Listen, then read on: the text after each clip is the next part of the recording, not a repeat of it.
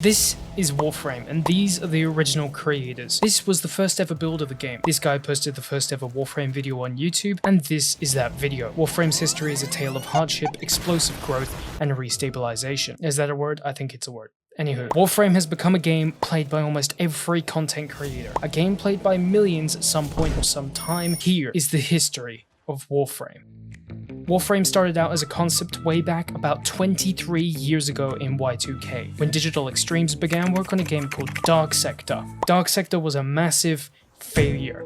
The game received mixed reviews, it was their first ever in-house title, and it was banned in Australia for it being too violent, but we all know how Australia is. Feeling defeated and depressed, DE wasn't going down without a fight. They tried again in 2012 when Warframe was announced, but its own development had some issues. Layoffs and a rushed prototype plagued Warframe's early development. Western developers didn't like the science fiction theme, and a Korean publisher told them that it would definitely fail. Like the Joker's origin story, they turned around and left defeated, got home and said fuck it and fuck them, we're doing it anyway. They then spent the next 9 months developing the game, which at the time was called Lotus, and by June of 2012 it was announced as Warframe, and it was fully released less than a year later on March 25th, 2013. The developers would go on to refine the way the game looked, played, and worked over the years. At first, their monetization strategy led to certain aspects of the game being pay to win. They removed this and all the other pay to win microtransactions after players complained, and rightfully so. Warframe was ahead of its time in many ways. Like, did you know back in 2012, 2013, free-to-play games were hated by reviewers for being free to play? Let me repeat that. Free-to-play games, something that is almost a requirement today, were hated for being free-to-play games.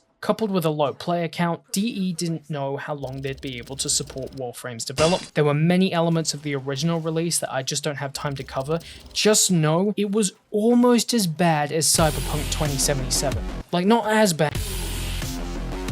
It could have killed the company if they went all in. More layoffs, incapability to release the game on PS4, bad reviews, and so much more hit DE that year. After Warframe turned profitable, they wanted to add more content for the current player base to at least keep their player count and potentially grow the game. One massive change, which is one of the key elements of the Warframe experience now, is the movement update Parkour 2.0, which was released in 2015. Parkour 2.0 was made to work with the Space Ninja playstyle that the community had developed and loved. The game right now is still in what we call a perpetual beta. The developers, it seems, want to keep it developing and evolving constantly instead of just releasing a full game with little added content like Destiny 2. There are hundreds of hours worth of content in this game. Just to finish the story, unlock Steel Path, and just get maybe a half of the content done will typically take 150 to 250 hours of in-game time, if you rush it. Since its release, Warframe has added so much content to the game. The Second Dream, The War Within, The Plains of Eidolon, The Sacrifice, Fortuna, Empyrean,